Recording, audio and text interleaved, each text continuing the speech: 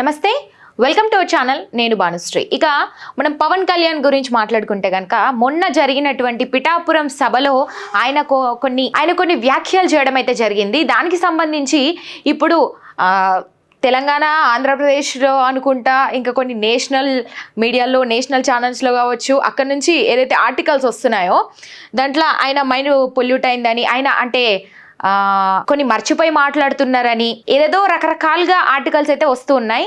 ఇప్పుడు మనం ఇప్పుడు మన ముందున్న ఒక పేపర్ కూడా మనం చదివి వినిపించేటువంటి ప్రయత్నం చేస్తాను. ఇక్కడ కూడా ఏమి ఇచ్చారు, పవన్ నేషనల్ పాలిటిక్స్ అంటూ ఇచ్చారు. అంటే పవన్ గారు ఆ సభలో ఏదైతే మాట్లాడారో దానికి సంబంధించి ఆయన నేషనల్ వైడ్గా మాట్లాడుతున్నారు. ఆంధ్రప్రదేశ్ వదిలి నేషనల్ వైజ్గా కూడా రాజకీయాలు చేయబోతారు ఇక మీదట అన్నట్టుగా కూడా బాగా చెప్తున్నటువంటి పరిస్థితి. ఎందుకని మీరు ఇలా ఆర్టికల్స్ రాయాల్సిన అవసరం ఏముంది? ఎందుకంటే ఇప్పుడు ఆంధ్రప్రదేశ్లో ఉన్నటువంటి ఇప్పుడు ఆంధ్రప్రదేశ్ రాజకీయాలు ఏవైతే ఉన్నాయో అక్కడ వాళ్ళు తెలంగాణ గురించి మాట్లాడరా?